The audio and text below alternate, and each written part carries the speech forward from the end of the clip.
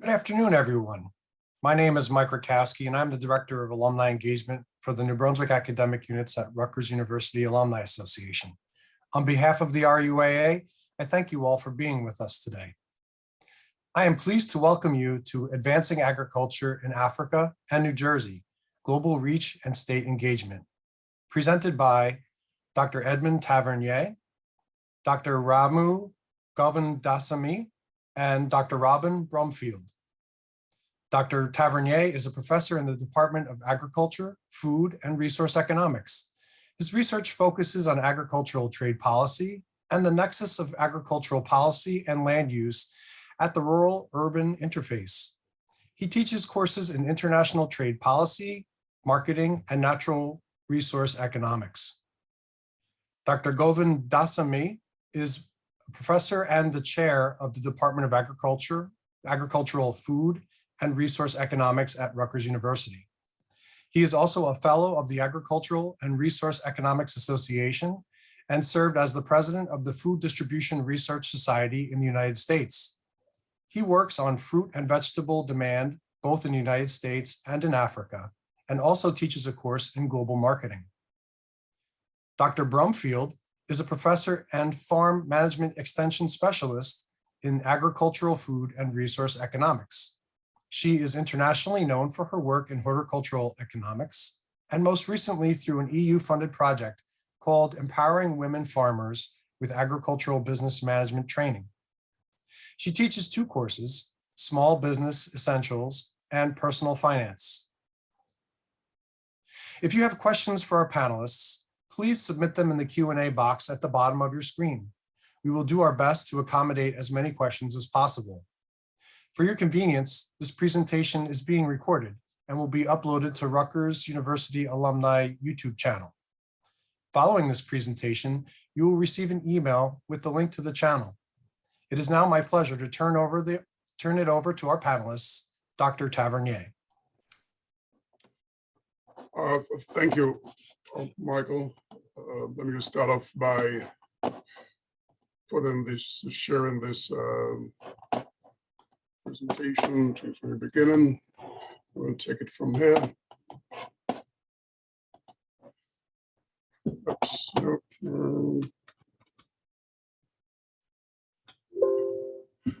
Okay. So as the public service announcement to this event makes clear, we have three panelists. Dr. Govindasamy, Dr. Brumfield, and I will be presenting, looking at the advance in agriculture. We are trying to capture the Jersey roots global reach mantra, which Rutgers is known for. Before you can advance anything, there has to be something to advance. And so what I'm going to do is to first look at the agricultural sector, examination of the agricultural sector, look at the different challenges that the sector faced over the past 2 years. We know of the trade issues as well as COVID-19, we can't forget that. Because of the sectoral challenges, there had to be some economic relief that had to be provided. We're also going to look at that. And once there is economic relief, then there perhaps some disparities that might be involved in there. And so we're going to examine those disparities as well. And I will conclude with some policy conclusions. Now, when one hears about New Jersey, the last thing that probably comes to mind is agriculture. I mean, New Jersey is known for maybe excellent schools, Rutgers University, high taxes, and the like. But agriculture is not one of the things that first comes to mind when one hears New Jersey. But we do have a thriving agricultural sector. There are about 1,900 farms, over 1,900 farms in the Garden State that bring about over $1 billion in agricultural sales. The greenhouse nursery and sod sector happens to be the #1 sector in floriculture, the #1 sector in the Garden State. As a matter of fact, about 20 years ago, Dr. Brumfield and I wrote a paper examining the economic contributions of greenhouse and nursery and the sod sector to the economy of New Jersey. So that sector is followed by vegetable, melons, potatoes, sweet potatoes, as the second most valuable sector in the state, followed by fruits and tree nuts, berries, and so on, then grains, oilseeds, dry beans, poultry, and eggs.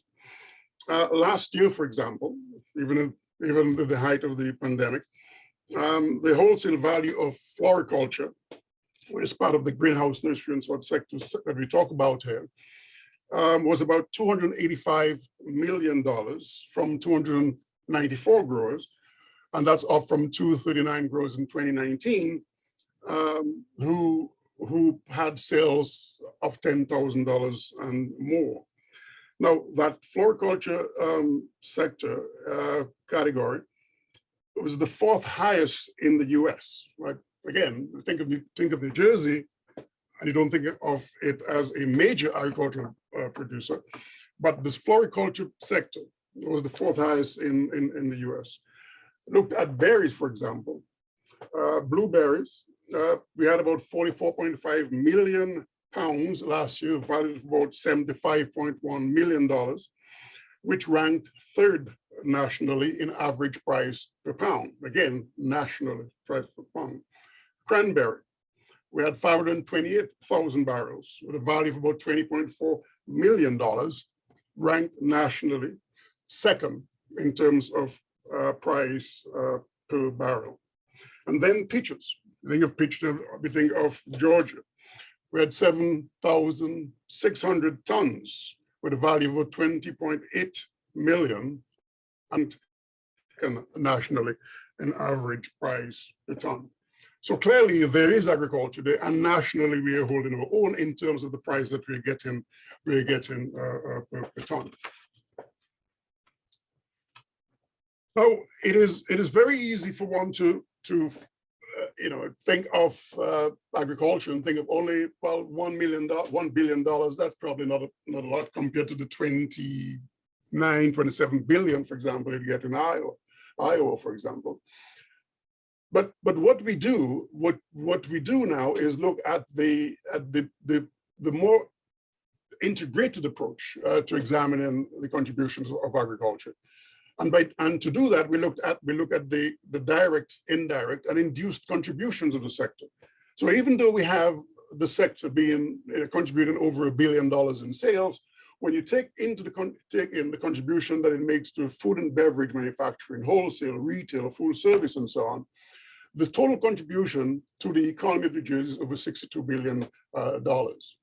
So it is, again, this is because of the multiplier effect, right? You buy agricultural products, then the people go and sell it. The people who are selling are employed, then go and buy other things and so on. And so you have this multiplier effect going through the economy.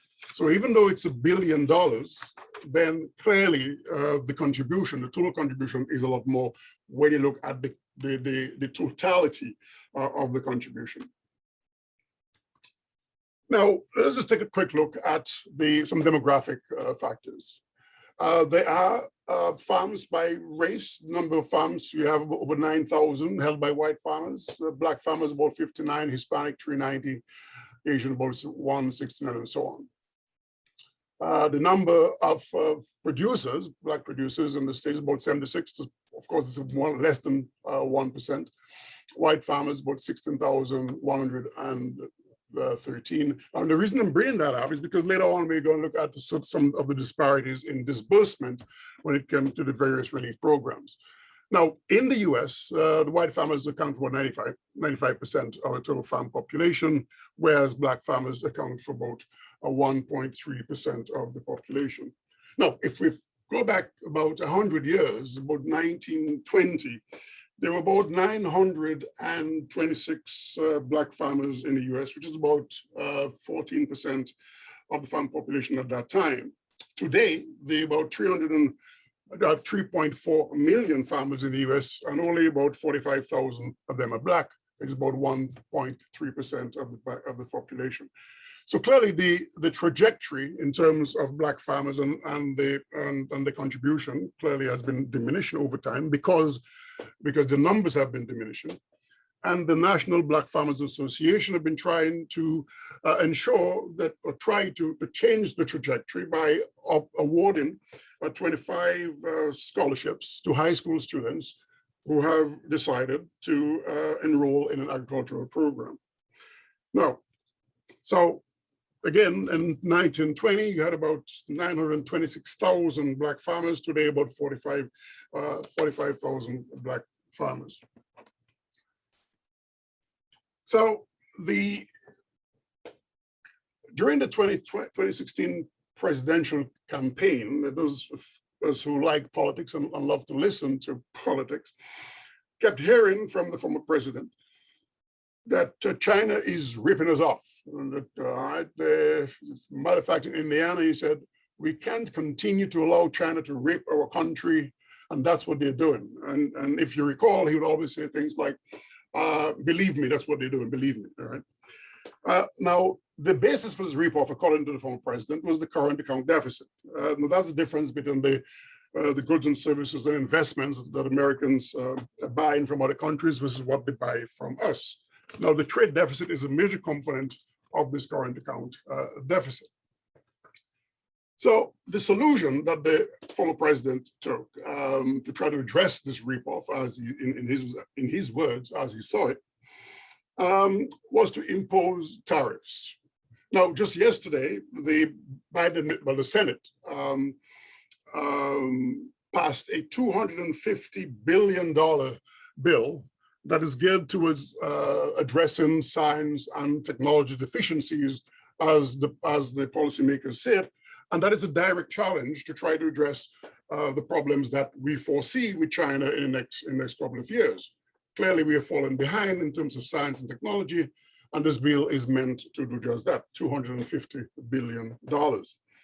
Now, so this is one way to approach some of the strategic challenges that China might pose. But as the former president saw it, the imposition of tariffs is one way to do that as well. And so over a period, he imposed $550 billion worth of tariffs on Chinese goods. And in turn, of course, the Chinese imposed $185 billion on US goods. Now, tariffs are import taxes, all right? And consumers in the US are the ones paying those taxes. And of course, if the businesses have inputs coming from China, they would also be paying those taxes. But you may recall that the president kept on saying, well, we're making a lot of money from China because here is all this money that we're getting from this tariff that we have imposed. So now China, if you're China and somebody impose a tariff on you, you look for the strategic areas where you can cause the most pain. And of course, all these tariffs came on in 2018. And as we know, the election cycle seems to be every year we're contesting for this election. And so China targeted the rural economy, one of Trump's strongest bases.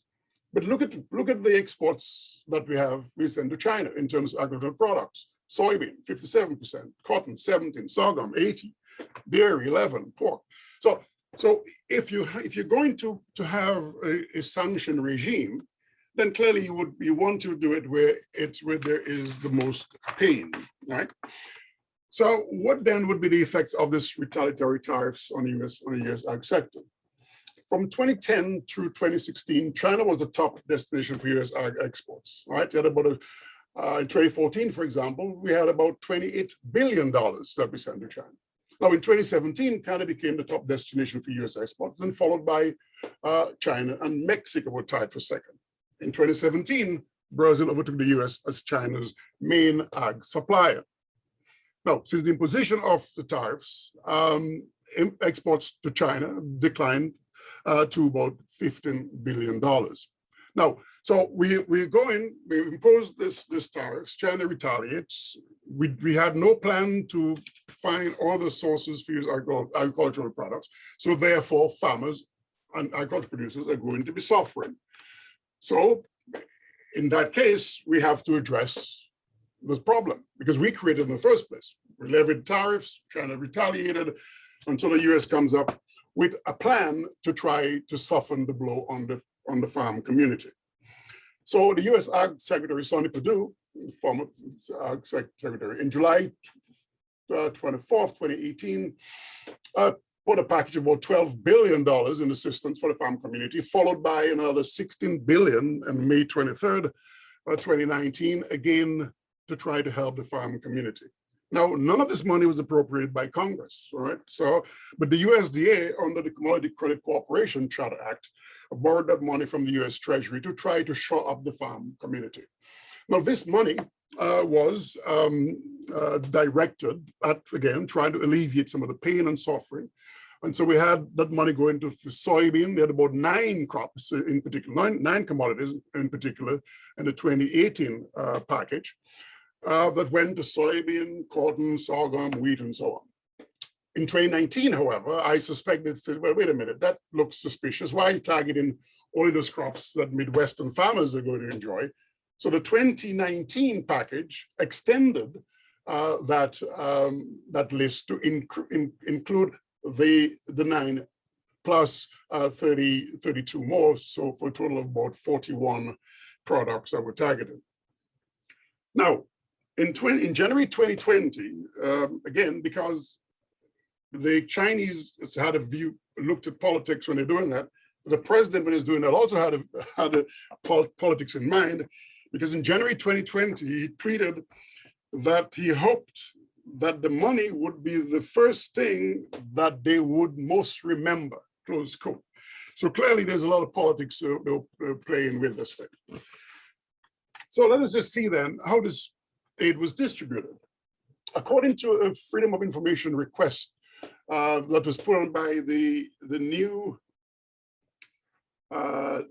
new food economy, now called the Counter, 99.5% of the funds went to white farmers. 99.5%. Now, clearly, we cannot use that as an indication that Black farmers were being discriminated against. We don't know that. What we do know, for example, because in the first place, we don't know whether Black farmers applied at the same rates as white farmers. And so if you don't apply and you don't get, then you cannot blame the system, right? So we don't know that there was any racial intent in that distribution. What we do know, however, is that Black farmers have been subjected to discriminatory practices by the USDA, which has resulted in successful lawsuits being filed by Black farmers when it came to the disbursement of operating loans, disaster payments, and so on.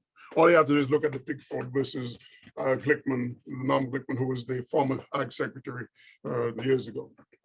All right, so there is one thing. So clearly, there is that. You have the package, 8 packages, white farmers are benefiting. We don't know what rate the Black farmers applied for, and so more studies is required to try to determine what's going on. Now, recall earlier that I said that during the campaign, Trump had, the China is ripping us off mantra, and therefore we had to address it. And to address it, of course, he went to the tariff regime. Now, you would hope then that solution to that problem would be beneficial, right? But as it is not. Just look at what happened. The deficit more than doubled to Trump. When he came in the office in the first quarter of 2017, it was 83.9 billion. When I left in the fourth quarter, of 2020 is 188.5 billion. It's a double. So clearly the remedy that he sought to address this deficit didn't work at all. Well, one might argue perhaps is the pandemic. Well, clearly that's not the case either, because the deficit rose to about $114 billion in the first quarter of 2020. So the remedy that the former president chose to address the rip-off as he saw it clearly didn't work. So what is the danger then? You impose tariffs, it's not working, we just go back to normal. Well, there's always a danger, because as you shift the trade pattern, it could be permanent. Remember, if you are running a business and your country, and you can't rely on the US to support you with this product, then you might look elsewhere. Look at what happened, for example, in 2018. Brazil increased soybeans, tobacco, and so on to China. Australia, cotton, sorghum. You go down the list. Canada, feed foreign products, and so on. New Zealand, Thailand. All these countries increased their products to China. So there is some good news, though. And the good news is that the USDA, the quarterly forecast, predicts that agricultural exports will be about 164 billion for this fiscal year. That's what we said. And in noting that, the Ag Secretary, Tom Vilsack, said today's estimate, which is May 27, shows that our agricultural trading partners are responding to a return to certainty and reliability from the United States. So the implication, of course, is the prior administration created too much uncertainty. Now, a lot of this growth is because of a re-engagement with China, and of course, with the top exporting countries or markets like Canada, Mexico, Japan, EU, and so on. Now, this, as if we didn't have enough challenges, so here comes the COVID challenge. And in April, we had 2 rounds of the coronavirus food assistance program, total about $26 billion. 99% of that went to white farmers. And 1%, of course, went to socially disadvantaged farmers. Or, to break it down further, 0.1% went to Black farmers, or $20.8 million is what they got. The top 10% of farmers receive 60% of the value of all COVID payments. The bottom 10% receive less than 1%, 0.26%. So clearly, this COVID led to a massive disruption in the farm community, and we had, of course, to address that. So while they passed this relief, we had headlines like this: USDA issued billions in subsidies this year. Black farmers are still waiting for their share. So in comes the Biden administration with the $1.9 trillion American Rescue Package. And in there, they have about $5 billion for farmers of color who have lost over 90% of their land over the past century. And so there are lots of adjustments that are made in terms of pandemic assistance, right? The US dedicated about $6 billion with an emphasis to reach small and socially disadvantaged farmers, producers of small, especially crop, organic producers, urban and beginning farmers. So New Jersey clearly benefits under that plan because of the location and the kind of crops that we have, nursery, horticulture, and so on. So in this case, as we indicated over there, part of the plan is to try to see if we can address all this land loss that accompanied the discrimination that Black farmers faced years and years ago. In Louisiana, for example, in 2014, just quickly, some sugarcane farmers, Black farmers, lost about 5 acres. One family lost about 5,000 acres of sugarcane land because the loans from the federal government that they were expecting to come didn't come soon enough. Now, in the category of no good deed goes unpunished, where here we have on May 2nd, one of ex-President Trump's policy advisor orchestrated a lawsuit seeking loan forgiveness for white farmers as well. So we have a group of white farmers seeking forgiveness because they claim it is unconstitutional, and therefore they want to be part of that whole package. So I know we have 2 other presenters, so I'm not going to take much time. I'm just going to wrap up the conclusions. So clearly, when we're looking at production agriculture, we need to, if we're going to measure this impact, we need to look at the broad picture. It's not only the direct impact, but the indirect as well as induced effects as well. When I look at the could be unintended consequences of policy, this unilateral moves could imperil US agriculture, for example. If you can't count in the US, then you might go somewhere else to get your products. And the COVID relief, though well-intentioned, clearly it appears that the Biden administration might have to rejigger the package to address the concern that some white farmers have, even though, of course, they received the bulk of the share of the relief in the original two packages. And finally, if we want to do in this, if we need to address this question of disparities, we need to make a more concerted effort to ensure ways that we could do that. Okay, I will stop there because I think I probably have run a little over my time, and I will let, I think now Dr. Brumfield is probably going to take over at this point. So I will stop sharing my screen to give her that opportunity and wait for later on.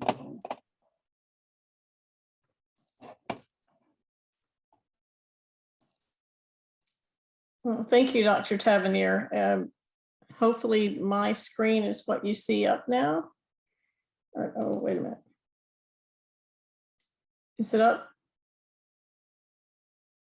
Okay. Yes, that's great. Okay, okay, thank you. So I was asked to talk about how Jersey farmers have coped with the pandemic. Oh, I realized I didn't put my own video on.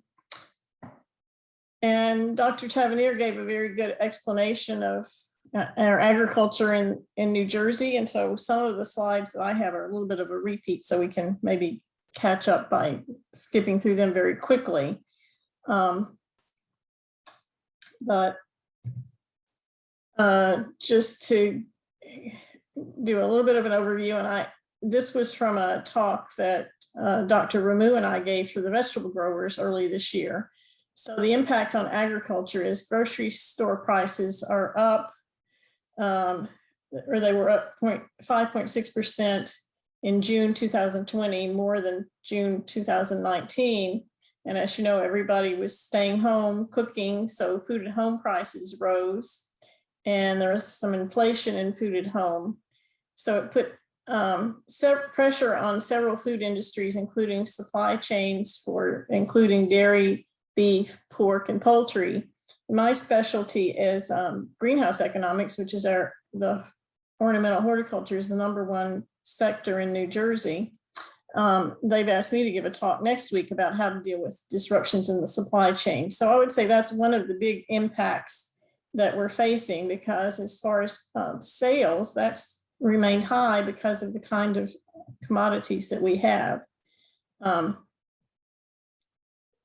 So you see unemployment rates related to farming were lower. The increase was lower than other industries. This is again from our slides earlier this year. The only prices that went down really were fresh fruits. Everything else went up. So this all pretty much bodes well for our farmers. As I said, people were staying home and cooking, so the share of at-home food spending went up, and we have largely small farmers, a lot of them doing direct marketing. So they were able to weather the storm. We had 6 major stimulus pieces of legislation, all of which had some kind of impact on agriculture. And then in addition to that, in April this year, there were several changes in relief programs that impacted farmers. First, they extended the deadline to apply for PPP for a month. Secondly, they extended additional assistance for some of the newly formed payments. And finally, they had additional information and loans, especially for socially disadvantaged farmers. And I've gotten a lot of requests about what does this mean, because sometimes in the past, we think of minority farmers as women, but it was specifically the definition below, including Black, American Indian, Alaskan, Hispanic, Latino, Asian American, and Pacific Islanders. Gender was not one of the characteristics defined in that legislation. So one of the major changes that we saw farmers take on is they did a lot of online sales, and we helped them set up platforms. And so there was a huge increase in online sales. It gives farmers tools to manage their inventory, as well as communicate with customers, and gives them some delivery options. People can order online, and then the farmers can pull their orders together. They set up accounts for markets and co-ops, but mostly individual farmers set up their online sales. So it takes a lot of time to manage these sites, but I think this is something that we'll see even past the pandemic, that producers will continue using these. Here's some of the most common platforms, and Orbit is one of the ones they use most commonly. Oops, let's see. So there's option, it's fairly easy for them to navigate, and they were able to use it. So, they fill out, ask the producer, how many markets do they deliver? What are the products? Are they traceable? Pricing, minimum orders, and so forth. So we're finding a lot of people do that. Again, I think there's going to be impacts from this post-pandemic. I think a lot of things that happened during the pandemic sort of speeded up trends that were happening anyway. So online sales provides a great opportunity for our farmers to reach more customers. The buyers are looking for quality, nutritious food without standing in long lines and meeting socially distanced guidelines. So this helped them.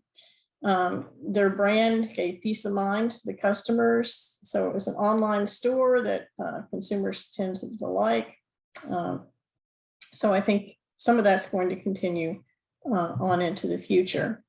I wanted to give you some information about a project that we did just before pandemic, and a survey that we took during the pandemic of these producers, which I think is pretty representative of most farmers in New Jersey. I've been working actually for the last 10 years. This is our 10th anniversary of Annie's Project in New Jersey, which is a program that was started in the Midwest, but it's easily adaptable to other locations to help women farmers manage their farm risk. And New Jersey, being the most urban state in the country, decided that we would do an urban Annie's Project a little bit more than a year ago now.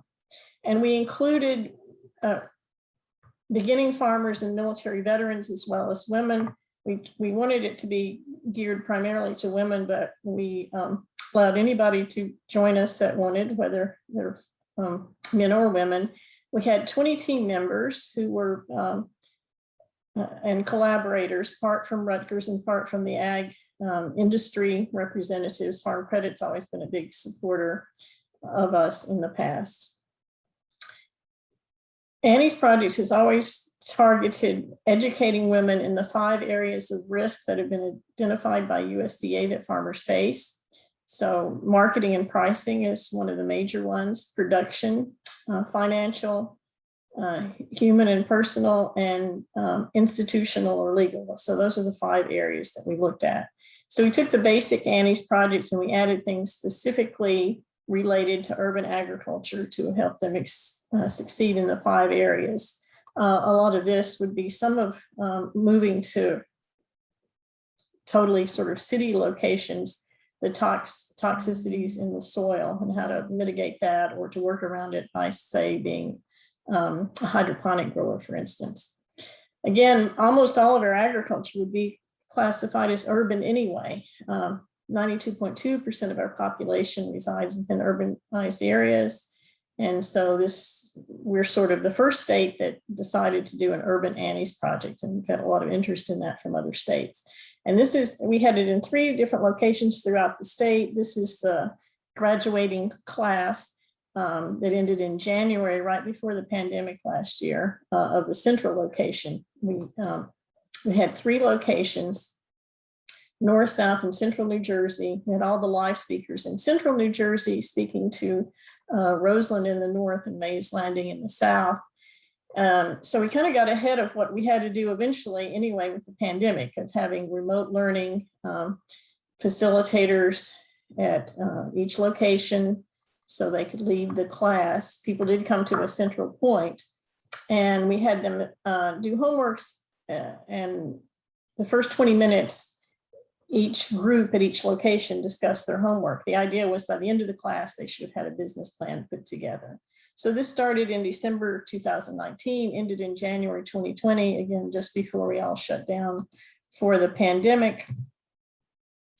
And we did a survey 6 months after the class, so that was mid-pandemic, to see how they dealt with the pandemic. Did they use information from our class? So I thought this was really probably similar to what other farmers would say. I have talked to some bigger farmers that were already in business, and they said some of the same things. So a few of them had to reduce the staff as people got sick or had to stay home and take care of kids and so forth. So they had to change their management strategies to deal with the reduction of staff. Farmers were really great at helping each other out. There was a wonderful video that I wish we had time to show that they put together for the New Jersey Vegetable Growers Conference. Usually we pick a grower over the year, but this year we did a video of any growers that wanted to contribute slides and information from their farm about all farmers in New Jersey. And it's amazing at the diversity and of farmers that we have across the state and how they all jumped in together and helped each other out. So farmers came to the game and did that. They did a lot of contactless curbside pickup, and they even managed a surge in new clients because, like I said, the #1 industry is environmental horticulture. So people were staying home and sprucing up their properties. And we've always said during a downturn, the greenhouse nursery industry seems almost economically protected, because if there's a downturn in the market, people tend to stay home and buy more of those kind of plants and products. And same thing with their fruits and vegetables. People were cooking at home, buying fresh and local, really supported our local farmers. We asked them what changes did they make after the Annie's project. So again, we asked them to focus on managing all the risks. And one of the things we encouraged is to take a look at insurance. So they have purchased insurance. They focused on what they want to produce. They increased their use of social media, which was great during the pandemic. They created a mailing list, just one of the things we told them. Again, all these things is where the industry was going anyway. They joined networks with specific goals. They worked on their financial plan, and they created websites. Now, some of these were beginning farmers, and so they may not have had a website before. I think most existing farmers already do, but I'm sure they had to spruce up their websites for this. So we asked them also what changes did they plan to make in the future. Again, if they didn't have a business plan already, they're going to work on that. They're going to look at the goals for their farm, reevaluate inventory, promote nutrition, create an LLC for their farm, and focus on websites, summer camp programs, blogging, and social media. Sorry. Oh, I forgot, those people in the pictures were people that graduated from our Annie's Project class. These 3, as you see, we had a few males that came. This was 3 people from our Northern Annie's Project class last January. So we asked them what they learned from Annie's Project, and they have available resources and support. So we put everything actually online so that anybody can use the information we had from Annie's Project. We recorded the presentations and we put handouts and everything online. So there were resources for our farmers in New Jersey to use during the pandemic. They had access to online marketing strategies. They understood the importance of social media. They found new ways to promote their business, new ways to collect marketing information, and they're preparing the financial plan, business plan, etc. This was a mother-daughter we had in the Central Jersey location, very proud to graduate and plan to start their farm. We also received funding from Farm Credit to give scholarships to people to come, and also from the Northeast Risk Management Agency. So I guess we're saving questions to the end. So I will stop sharing my screen and let Dr. Govindasamy start.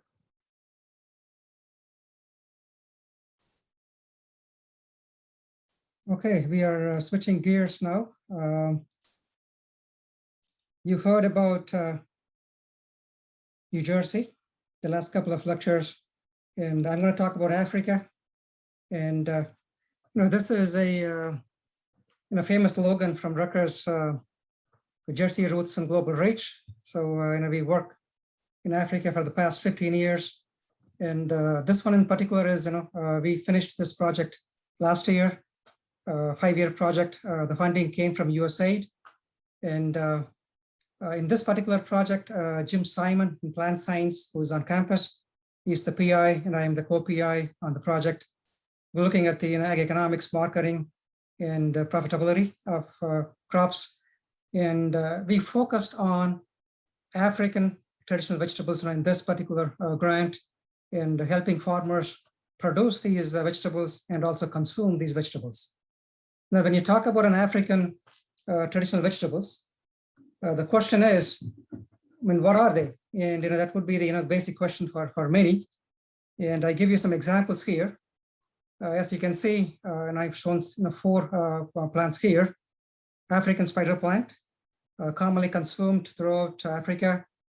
And then amaranth is consumed in Africa, but also consumed in Asia, like in India, in China.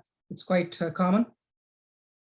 Then the nightshade is also common in Africa and also consumed in India. But when you deal with nightshade, there are some varieties of nightshade are poisonous. So you got to make sure you are consuming the right variety. And the cowpea are very popular in Africa and also in Asia. And they consume both the leaves and the pods of cowpea.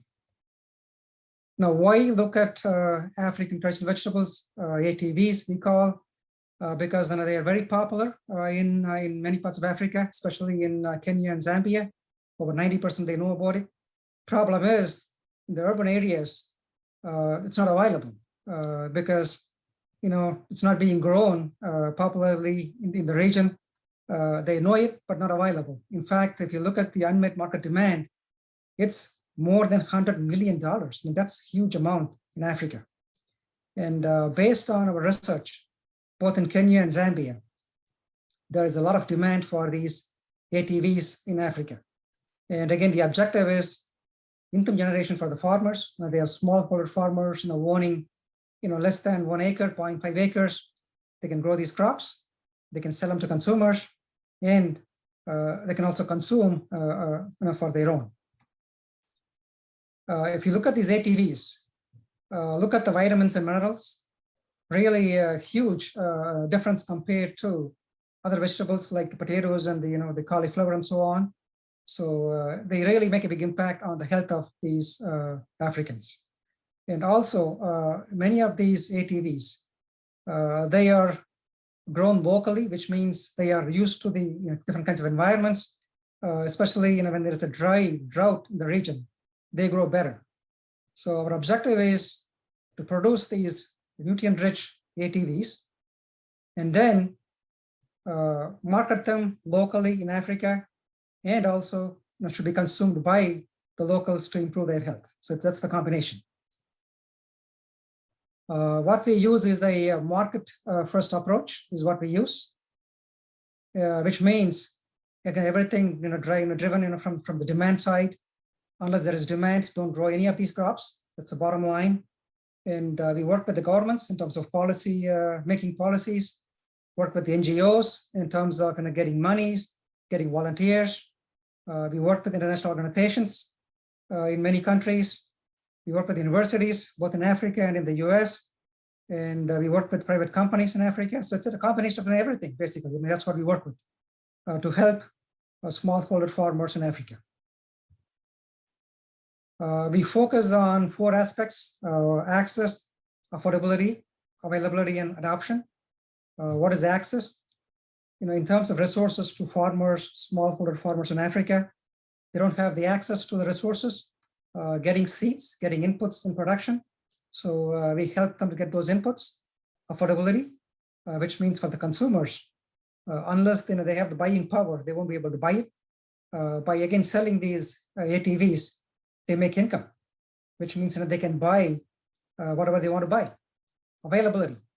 Unless you grow them, it won't be available. So we are teaching the farmers to grow these ATVs. Adoption is on the consumption side. Again, for the consumers, unless it tastes good, consumers won't be able to buy, won't be buying it.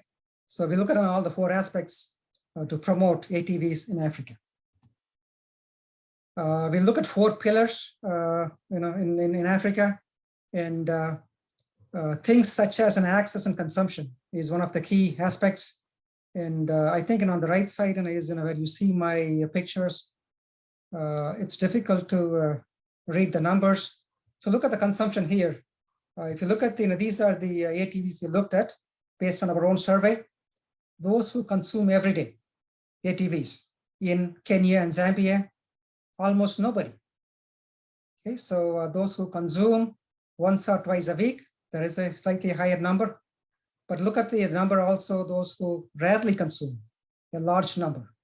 So now these are the groups we want to promote the ATVs too. And again, depending on the location, the ATV you promote might differ, right? So really, you have to fine tune your recommendations based on the locations. So this is pillar 1. So going off to pillar 2, where we looked at the market strength in terms of what the consumers are willing to buy versus what the producers are going to produce. And we surveyed 300 ATV farmers, producers, and 75 intermediaries. We're talking about wholesalers and retailers. And it turns out most of the growers, they can't access the credit, which means they need money to buy inputs. So what we do is we work with a smaller group farmers. We give them seeds to produce, and based on the income they get as a group, then they're able to borrow from the group to buy their inputs. So we find ways to help them out to produce and consume ATVs. And since most of these ATVs are grown just like other crops, most farmers don't have any trouble in growing these crops in terms of willingness to pay a premium for the ATVs. Consumers, they are looking for healthy crops, basically, edible leafy greens. Almost 50% of them willing to pay a premium, and more than 20% are looking for organically produced crop. So it's basically meeting consumer demand is the bottom line. Okay, pillar 3, looking at the productivity and giving training to these farmers. And yes, you can see the farmers are looking for cultural practice training. They are looking for improved seeds. They are looking for pest management techniques. They are looking for seeds, as I mentioned earlier, and other kinds of training. And then, as you can see from the pictures, we trained thousands of farmers in Africa, both in Kenya and Zambia. And then also we do a lot of research in terms of variety improvement, in terms of breeding. This is not GMO, but this is traditional breeding, working in hand with the pollens. And the way we work is we are looking to breed ATVs which have higher micronutrients, which means higher iron, higher calcium, and so on. So we promote those crops with a highly nutrient dense crops in Africa. For example,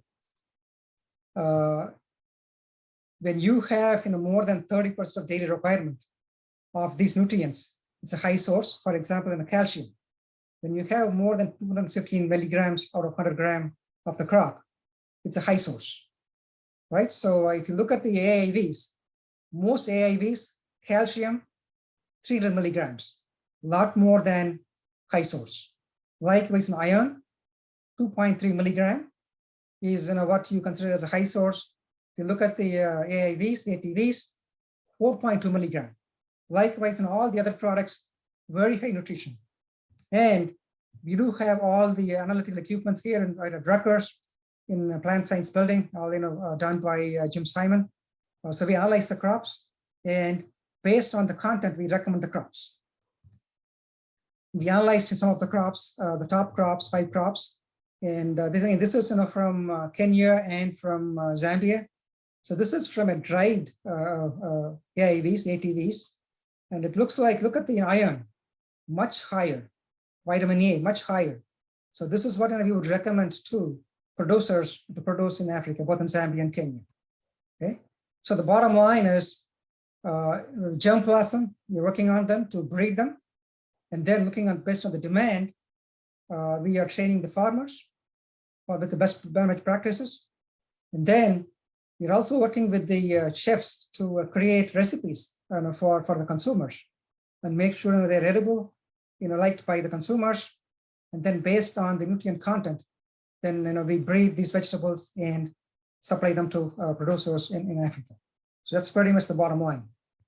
Okay, and producers, what are they looking for? They are looking for best management practices, technology, and that's what we support. And we have teams in Kenya and Zambia helping farmers and working with the groups. We have field plots, trials in there. For example, when we breed these crops such as the amaranth, the ones that we breed in amaranth, 80% are consumable, whereas only 50% consumable in the case of local varieties. And they have a lot more iron content compared to the local varieties. That's what we promote in Africa. And in terms of their needs, most of the villages, no electricity.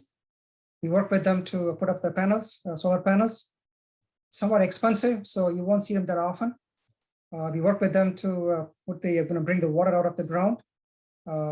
In terms of water is a main resource for irrigation, for the local irrigation.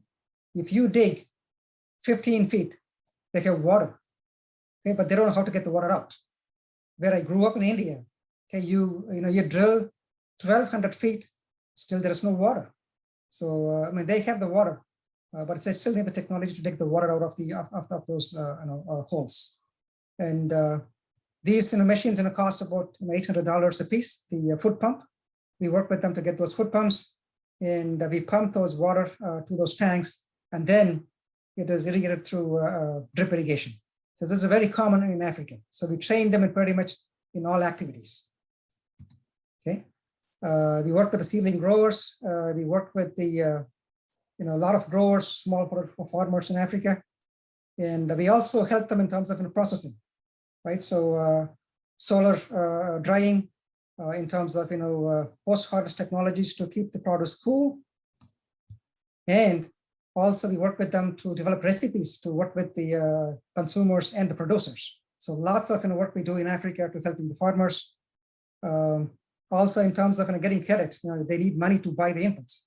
So we have small help groups to help the farmers to organize themselves to borrow money. And also we do lots of scientific publications based on the data we collect. You can see some papers here, but we have a lot more published in this area. We have videos out there on YouTube, and I won't have time to show those videos. But if you would like more information, you can contact me.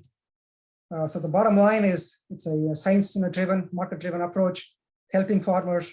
And over the last 5 years, thousands of farmers have really benefited from this work. And it's a large team of people working on these projects. And as you can see, we have all kinds of people on this project from different parts of the world. And that's pretty much what I have. And I'm running out of time, so I have to leave some time for questions. Thank you.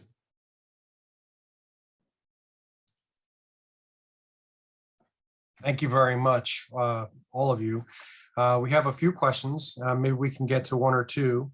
I know that I think Robin answered this one earlier, but how can a nonprofit farm in Belize connect with Rutgers to develop a partnership to identify best agricultural products, kind of like what you were saying, Dr. Govindasamy, to identify best agricultural products that can help the underserved area of Belize? I think when you talk about a specific country, the main source would be the mission office. If you approach a mission office, they have a contact with the local trade organizations, which will help you export the products. They can give you details in terms of what products should be exported, or Belize or in any other country for that matter. So mainly we work with the mission office and the NGOs in that country. The funding comes from USAID, and then if we go in there and we do our own surveys to collect data, and then help the farmers in person in terms of promoting those products out of those countries. How is Rutgers helping to fund Annie's project research? Well, the funding that we've received from Annie's project has been from the USDA Risk Management Agency. So it's built into the grant proposal to do the research afterwards. Right now, that grant's ended and we don't have anything, but this is our 10th anniversary of Annie's project. So I was trying to think of something we could do, and considering everything is still online, possibly an online course. Because I do teach now online a small business essentials course, and I had thought about doing that for actual farmers. So, but I'm trying to think of how do you get people to complete it, because with an online class, they have deadlines at the end of the semester. So I'm kind of working through that. I think the best way, what I've learned from other states that do this, is have certain dates that you meet, like with Zoom or something, the whole group, and have your homework ready for that time. So Great. Maybe doing that, because we always get questions, when's the next Annie's project? But we've always had to have funding to do that. And they tend to not fund just the same old thing we've already done, but that's very valuable for people that haven't had it before. We do have all those resources online too that people can use. It's not quite the same as being in a group, but does have the information there. I think we're almost out of time, but maybe we can squeeze one more question in really fast. How can we help to impact these projects through donations? Are there laws or bills that we should follow and support?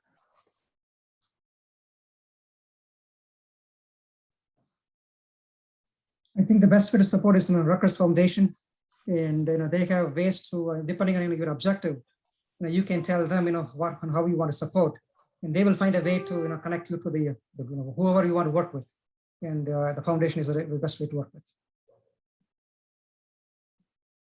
Great. Well, it's 2:00, so I want to thank our panelists for your great presentation today, and I want to thank everyone else for attending. Have a great afternoon.